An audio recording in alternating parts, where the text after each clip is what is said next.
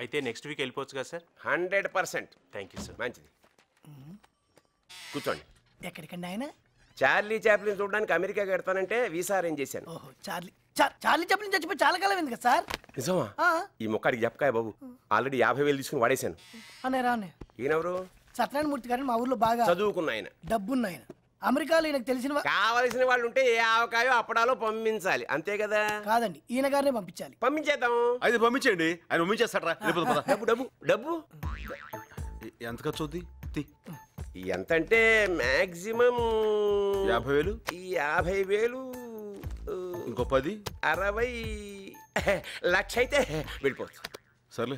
ఇంతకీ ఎప్పుడు వెళదాం అనుకుంటున్నారు? మీరు ఎప్పుడు పంపిద్దాం అనుకుంటున్నారు? టికెట్ ఈజీగానే దొరుకుతుంది, కాకపోతే వీసా దొరకనే కొంచెం ప్రాబ్లం అవుతుంది. మీరు ఏమనుకున్నట్టే ఒక మాట్లాడగచ్చా సార్?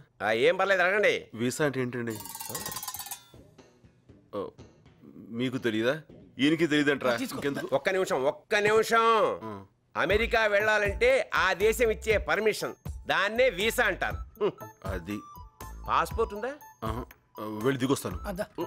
పాస్పోర్ట్ అంటే పాస్పోర్ట్ సైజ్ ఫోటో కాదు, ఈ బుక్ ఉందే. పాస్పోర్ట్ కావాలంటే ఏం చేయాలి సార్? అప్లై చేయాలి, లేకపోతే నాకు 10,000 సప్లై చేసినా పర్లేదు, 1 వీక్లో అరేంజ్ చేస్తా. ఇప్పుడు వీసా రావాలంటే ఏం చేయాలండి? ఇంజనీరింగ్ MBBS చేయాలి. ఎరా, ఇప్పుడు మనం MBBS చేసేయగలమంటా? నువ్వు తలుచుకుంటే వారం రోజుల్లో చేసేస్తా. ఇప్పుడు మాస్టర్, నేను MBBS చేసేద్దాం అనుకుంటున్నాను. MBBS చదువుతావా? ఏం వేళాకోళంగా ఉందే? పోనీ ఎవరిదైనా వీసా దుబ్బాయించండి.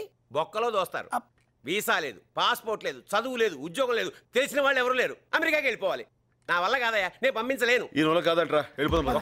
ఒక్క నిమిషం ఇంకా నన్ను ఆలోచించుకోనివరా? తొందర చించండి. నీకు పెళ్ళయిందా?